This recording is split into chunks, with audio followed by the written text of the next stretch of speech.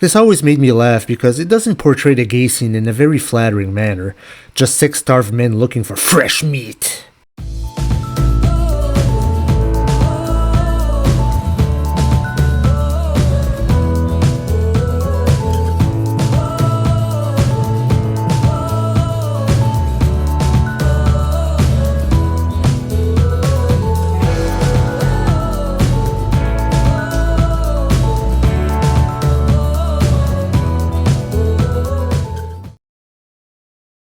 Hello everybody, I'm Dylan and today we're going to take a look at Edge of 17, a film first released in 1998.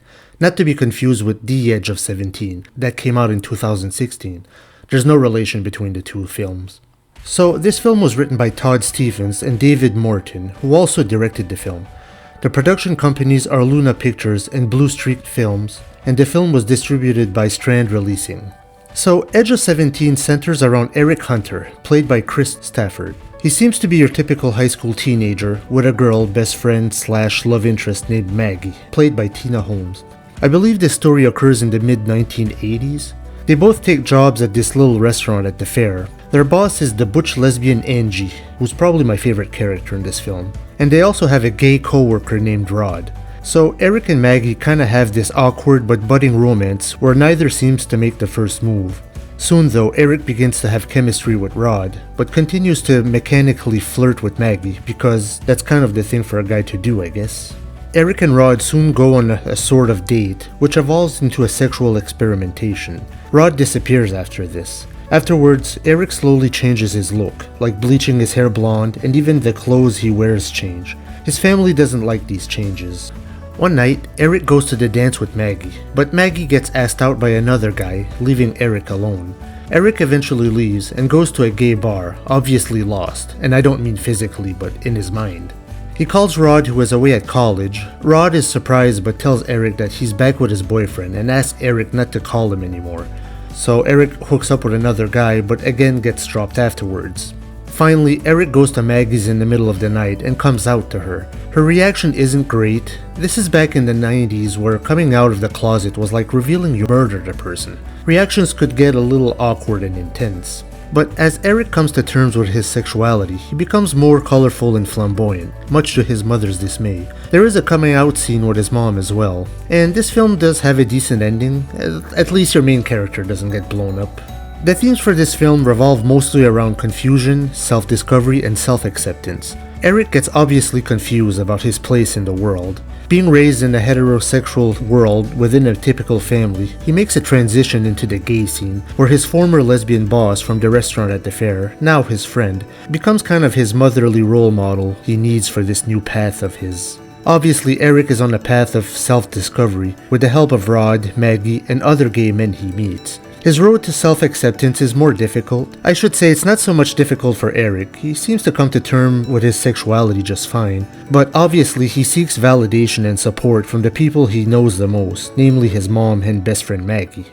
So Edge of 17 is a pretty decent film, especially considering the time it came out in the late 90s. This came out 2 years after Beautiful Thing. While Beautiful Thing mostly focused on Jamie and Steve's romance and kept the outside interference at a minimum, except for Jamie's mom of course, Edge of 17 kinda goes the opposite route, where Eric doesn't find a romance per se, but a lot of the film is about his self-realization and some of the reactions around him by the people in his day-to-day life. The acting is pretty decent. Eric's coming out scenes are uncomfortable and realistic. Today we kinda know how a coming out scene will play out in shows and movies, like, I'm gay, oh, we love and accept you anyway, hug. But back in the 90s we didn't have this script yet. We didn't always have these coming out scenes with immediate hugs. This is especially apparent with Eric's mom, who has trouble saying I love you immediately after Eric comes out to her, which is a bit heartbreaking.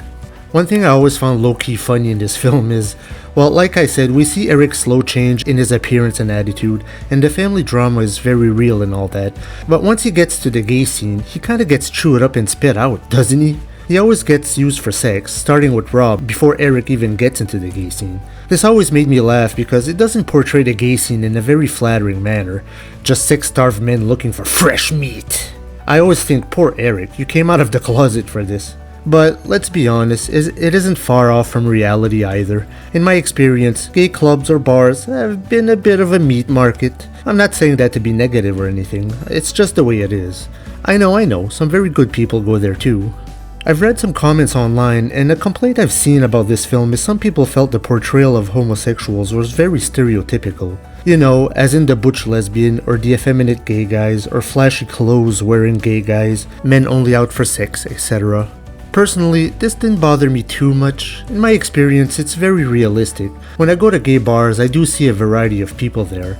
I see what you call the heteronormative guys, or the cis guys. I see gay guys who are more flamboyant and colorful. I see girly girls. I see butch girls. I see twinks. I see jocks. I see daddies. I see bears. I see otters. I see drag queens. I see transgenders. And a partridge in a pear tree. And I think all of that's okay. I like to see all this variety when I go out. Makes things less boring, doesn't it?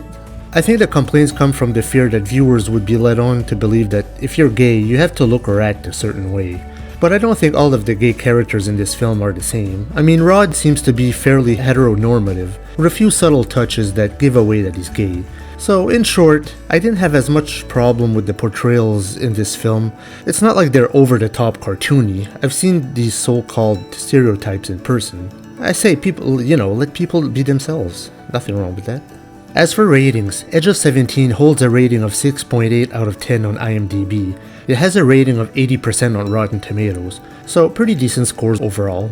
I give this film a rating of 7.8 out of 10. Although this film is pretty good and a realistic portrayal of a gay teen's journey, and definitely recommended, I can't quite give it a rating of 8 or 9. There's something missing for me, but I don't really know what that is. Eric yearns for love but never really finds it, he just kinda gets screwed around. But that's not even what my problem is. A film like Beautiful Thing is a bit more timeless because it focuses on Jamie and Steve's blossoming feelings for each other, which is universal and timeless. But Edge of 17 does feel a bit more dated in some fashion. Like I said, I didn't mind the stereotypical characters, the campy gay guys, the butch lesbian. The stereotype of gay men only being interested in sex bothered me a little bit more and puts a bit of a bad tone on this film for me. But at the same time, it is realistic. Young Eric probably won't find love right away. This was a great progressive film from 1998, and still a good film today. But being 25 years old now, I do think it would resonate a little less with audience today than it did back then. Maybe just because gay-themed films have come such a long way since, but it's still worth a watch. So anyway, that's about all I can think about for this film. Have you seen Edge of 17? What did you think about it? Feel free to comment, leave a like, subscribe, add me to Facebook, and I'll hopefully see you for the next review.